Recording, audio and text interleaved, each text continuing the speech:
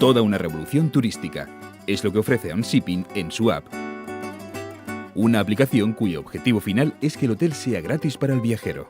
OnShipping surge porque detectamos las necesidades tanto del sector hotelero como de los comerciantes, como de los propios ayuntamientos que ven saturados las ciudades de turistas, y nosotros lo que queríamos era ofrecer un turismo sostenible, ¿no? Pero, ¿cómo se consigue una estancia gratuita? OnShipping cuenta con una cartera con comercios, restaurantes, zonas de ocio y todo lo que el turista puede buscar en la ciudad que visita.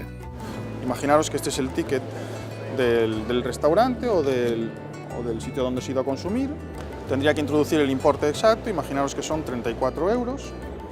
Primero escanea y identifica el establecimiento. Como veis, esto está en dos sentidos, está en el sentido del turista y en el sentido del vendedor. Él es el que nos dice la opción que tenemos o el descuento en el que tenemos acceso. El usuario tiene que volver a escanear la tarjeta por otro lado.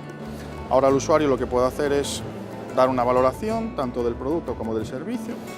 Al final irá conseguido usted 0,98 euros de descuento. Con el consumo que hace en cada local asociado, se reduce el precio del hotel.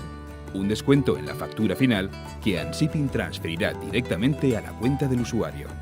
Al final el precio del hotel es un objetivo para el turista, ¿no?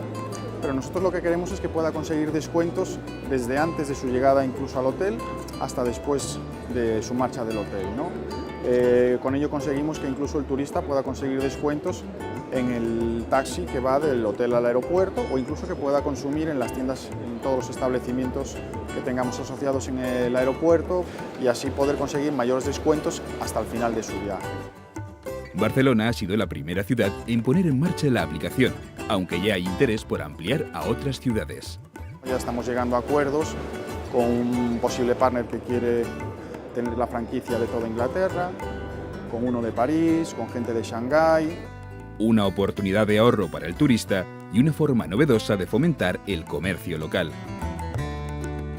La app ha sido presentada en la Feria Internacional de Turismo de Madrid, Fitur, y en la Mobile World Congress de Barcelona. OnShipping, Tourism Revolution.